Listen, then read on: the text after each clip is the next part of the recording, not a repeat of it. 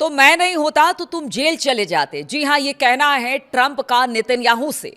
बहुत गुस्से में ट्रंप दिखाई दे रहे थे क्योंकि लेबनान में जिस तरह के हमले लगातार नेतन्याहू और इजराइल कर रहा है उसको लेकर अब ईरान ने कह दिया कि अगर लेबनान में इसी तरह से हमले होंगे तो किसी तरह की कोई बातचीत अब अमेरिका के साथ नहीं होगी। नमस्कार, मैं हूं नीलू। क्योंकि ये बड़ी खबर आ रही है और इसको बताना बहुत जरूरी है। पीछे काफी दिनों में हमने देखा सीज फायर हो गया ईरान अमेरिका के बीच में, लेकिन लेबनान में सबसे ज्यादा स्ट्राइक हो रहे हैं इजराइल की तरफ से। लगातार उनकी धरती को कब्जा लेबनान की आगे बढ़ती हुई जो इजरायली सेना है वो आगे बढ़ रही है और धीरे धीरे करके लेबनान की धरती पर वो कब्जा करती चली जा रही है। और इसी वजह से ईरान ने कह दिया कि अगर लेबनान में इसी तरह से हमले होते रहे तो फिर बातचीत नहीं होगी। अमेरिकी राष्ट्रपति डोनाल्ड ट्रंप ने इजराइल और हिजबुल्लाह के बीच नए सिरे से युद्ध विराम का अब इसके बाद ऐलान कर दिया गया।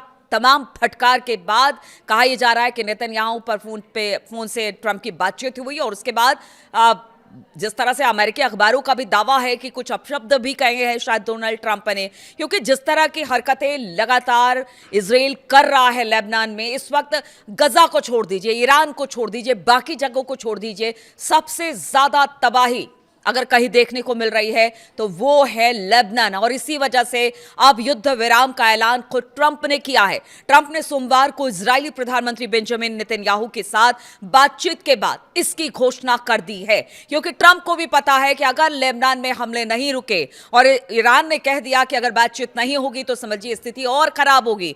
और बात यह भी हो रही है कि अगर हूती ने एक और रास्ता है उसका भी जिक्र करेंगे, स्ट्रेट ऑफ हॉर्मुज पहले से बंद है, अगर एक और रास्ते को बंद कर दिया गया तो फिर दुनिया भर में हाहाकार मच जाएगा। वो रास्ता क्या है उस पर भी बातचीत करेंगे। तो इजराइल की इस बात पर अब सहमत हो गया है कि बेरूत में कोई भी सैनिक नहीं जाएगा। बदले में हिजबुल्लाह ने भी कहा है कि गोलीबारी पूरी तरह से बंद कर दी जाएगी, क्योंकि नेतन्याहू का कहना था कि हिजबुल्लाह की तरफ से हमला हो रहा है और इसी हमले के जवाब में इजराइल है वो हमला कर रहा है। लेकिन अब दोनों तरफ से ट्रंप ने कहा है कि युद्ध विराम हो गया है, हमने हिजबुल्लाह से भी बात कर ली है और हमने नेतन्याहू से भी बात कर ली है। एक अलग बयान में ट्रंप ने कहा कि ईरान के साथ बातचीत तेजी के साथ आगे बढ़ रही है और इसके पहले सोमवार को ईरानी मीडिया ने दावा किया था सीज फायर को लेकर अमेरिका के साथ बातचीत रोक दी गई है, क्योंकि देखिए बातचीत का कोई रास्ता नहीं है। उनका कहना है कि युद्ध विराम है तो हर जगह युद्ध विराम होना चाहिए, क्योंकि अमेरिका और इजराइल ने मिलकर ईरान पर हमला किया था। लेकिन युद्ध विराम अमेरिका और ईरान के बीच में हो गया, लेकिन इजराइल की मंशा और नेतन्याहू की हरकतें कहीं से नहीं रुक रही है और लगातार वहां पर जबरदस्त तरीके से लेबनान की धरती पर हमला हो रहा है। अब तो लोग भी छोड़कर जा रहे हैं, वो तस्वीरें भी सामने आ रही है कि लोगों को लग रहा है कि कहीं ऐसा ना हो कि उनके घर बार सब तबाह हो जाए, वो तबाह हो जाए। और इसी वजह से वो अब धीरे धीरे लेबनान की धरती को छोड़कर निकलते दिखाई दे रहे हैं। लेबनान की स्थिति के बारे में जानकारी देते हुए अमेरिकी राष्ट्रपति डोनाल्ड ट्रंप ने लिखा, इजराइल के प्रधानमंत्री नेतन्याहू के साथ मेरी बहुत अच्छी बातचीत हुई है। उनकी अच्छी बातचीत क्या होती है वे सबको पता है कि किस तरह की बातचीत होती है। अब जिस तरह से अमेरिकी मीडिया और अमेरिकी अखबार बता रहे हैं कि कुछ अपशब्दों का इस्तेमाल किया गया, यहां तक कहा गया कि अगर मैं नहीं होता तो तुम जेल चले जाते, तो बातचीत कैसी हुई होगी। यानी अमेरिका को भी पता है कि अगर ईरान यहां से बातचीत में पीछे हटा, जो हमारे साथ शांति वार्ता चल रही है, अगर उसमें पीछे हटा तो ये युद्ध लंबा खिंचेगा और इसके गुनहगार होंगे ट्रंप और अमेरिका। इसीलिए ट्रंप नहीं चाहते कि बातचीत किसी तरह से डिरेल हो, बातचीत जारी रहे। और इसी वजह से उन्होंने कहा कि मेरी अच्छी बातचीत नेतन्याहू से हुई है और कोई भी सैनिक बेरूत अब नहीं जाएगा। बेरूत में जबरदस्त हमले हुए हैं, बहुत सारे लोग मारे गए हैं, लोगों के घर बार टूट गए हैं, जबरदस्त बमबारी यहाँ पर देखने को मिली है। इजराइल की तरफ से यहाँ पर हवाई हमले हुए हैं और वो तस्वीरें लगातार सामने भी आ रही हैं। सैनिक रास्ते में है, ट्रंप का कहना है कि अगर इजरायली सैनिक रास्ते में हैं तो वो तुरंत वापस आ जाए, यानी कि उनको तुरंत वापस बुला लिया जाएगा।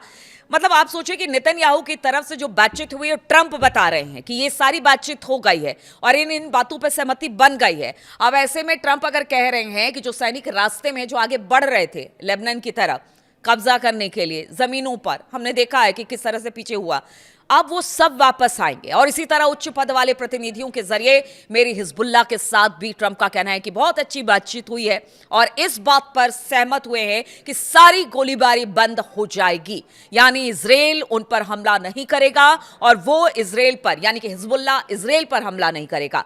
अमेरिकी राष्ट्रपति डोनाल्ड ट्रंप ने कहा कि युद्ध विराम को आगे बढ़ाने और तनाव खत्म करने के लिए ईरान के साथ बातचीत जारी रहेगी और ये जारी रहनी भी चाहिए। ट्रंप को भी पता है, वरना बहुत दिक्कत ट्रंप के लिए भी हो जाएगी।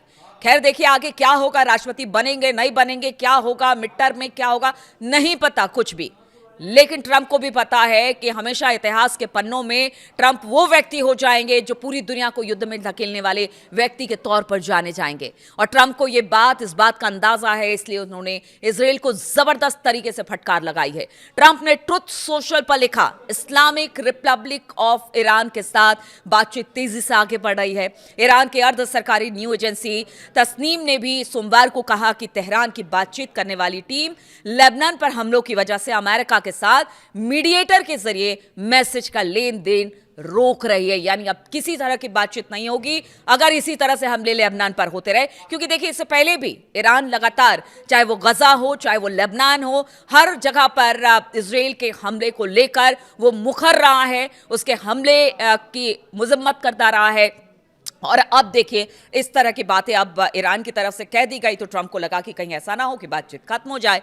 ईरान के सांसद स्पीकर मोहम्मद बाकर गालिबाफ ने धमकी दी है कि अगर लेबनान पर हमले जारी रहे तो अमेरिका के साथ बातचीत रोक दी जाएगी। सोमवार को उन्होंने अपने लेबनानी समकक्ष नबीह बेरी के साथ इजरायली हमलों के संबंध में बातचीत की। एक्स पर एक पोस्ट लिखा, गालिबाफ ने कहा कि अपने भाई लेबनानी सांसद स्पीकर नबीह बेरी के साथ अपनी बातचीत में मैंने इस बात पर जोर दिया है कि अगर लेबनान में जियोनिस्ट शासन यानी कि इजराइल के अपराध जारी रहते हैं तो हम न केवल बातचीत की प्रक्रिया को रोक देंगे बल्कि उनके खिलाफ मजबूती से खड़े भी होंगे। तस्नीम न्यूज ने कहा कि ईरान और रेजिस्टेंस फ्रंट यानी कि यमन, लेबनान और इराक में उनके जो शिया साथी हैं वो इजराइल और उनके समर्थकों को सजा देने के लिए हॉर्मुज स्ट्रेट को पूरी तरह से ब्लॉक करने और बाब अल मंदेब, मैं उसी बात कर रही थी, स्ट्रेट की बात कर रही थी कि अगर हॉर्मुज स्ट्रेट बंद है, बाब अल मंदेब भी बंद हो जाता है तो पूरी दुनिया में हाहाकार मच जाएगा। अब बात हो रही है कि बाब अल मंदेब स्ट्रीट समेत दूसरे फ्रंट्स को सक्रिय करने का एजेंडा अब बनाया गया है। अगर यमन में ईरान के प्रॉक्सी हुती लड़ाई में एक नया फ्रंट खोलते हैं तो एक साफ टारगेट यमन के तट पर बाब अल मंदेब स्ट्रेट होगा और ये एक अहम शिपिंग चोक पॉइंट है, पतला रास्ता है जो स्वेज कैनाल की ओर समुद्री ट्रैफिक को नियंत्रित करता है। ईरान के विदेश मंत्री अब्बास अरागची ने सोमवार को एक्स पर लेबनान में इजरायली ऑपरेशन का जिक्र करते हुए कहा कि एक मोर्चे पर नहीं, सभी मोर्चे पर सीज फायर का उल्लंघन है। किसी भी उल्लंघन के नतीजे के लिए अमेरिका और इजराइल